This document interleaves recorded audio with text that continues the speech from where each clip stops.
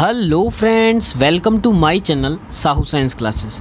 तो फ्रेंड्स, आज की वीडियो में हम 2023 का गणित का पेपर देखने वाले हैं जो कि क्लास 12th का है और आपका 324 बीबी ये सेट है।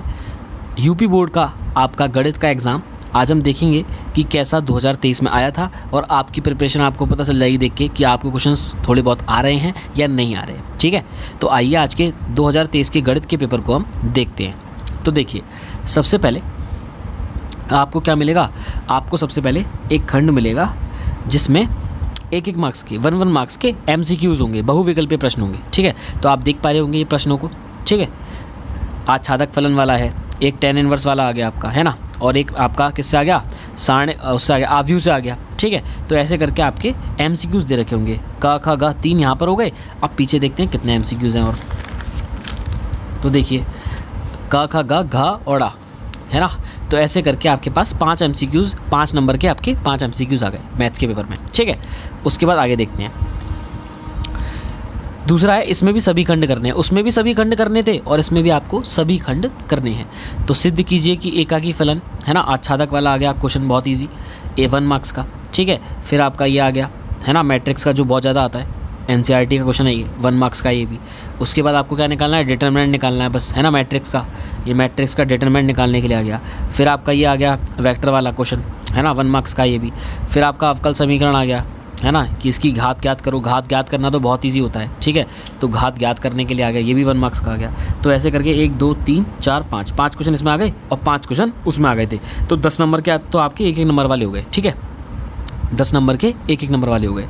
इसके बाद थर्ड है, सभी खंड कीजिए। सबसे पहला, सिद्ध कीजिए कि f(x) बराबर tan x है। तो यह एक संतत फलन है। संतत फलन, असंतत फलन बहुत ईजी है, ये 2 मार्क्स का है। फिर है y बराबर a sin x plus b cos x है, तो इसका अवकल समीकरण ज्ञात करो, बहुत ज़्यादा ईजी, 2 मार्क्स का। ये वक्र वाला दे रखा है।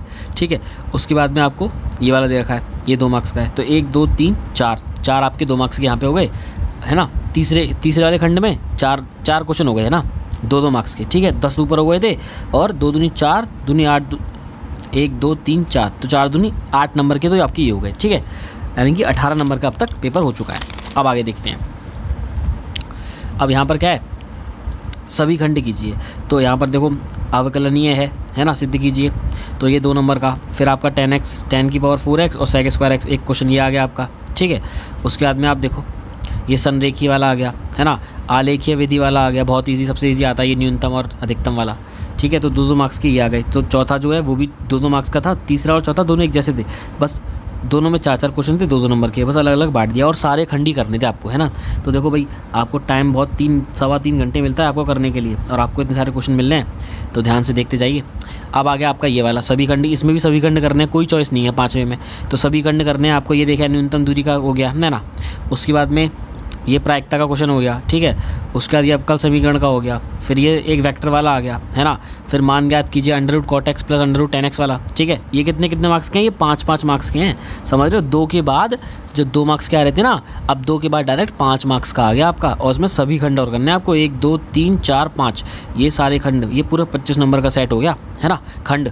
अब इसके बाद आता है बेटा 5 नंबर का दोबारा से 6, ये भी सभी खंड करने हैं इसमें भी, है ना। कोई चॉइस नहीं मिल रही स्टार्टिंग में आपको। यदि किसी कॉलेज के पुस्तकालय की समस्त पुस्तकाओं के ए हो, मैं समझने वाला है पहले चैप्टर का। ठीक है, 5 नंबर का है, सोचो 5 नंबर कैसे हो रहे हैं। उसके बाद देखो ये दे रखा है आपको कि y = x की पावर x 3 बार दे रखी है ना, मतलब x की पावर x और उसकी पावर x, पावर तो 2 बार है ना, x 3 बार है। इसका अवकलन करना है और 5 नंबर का है, सोचो।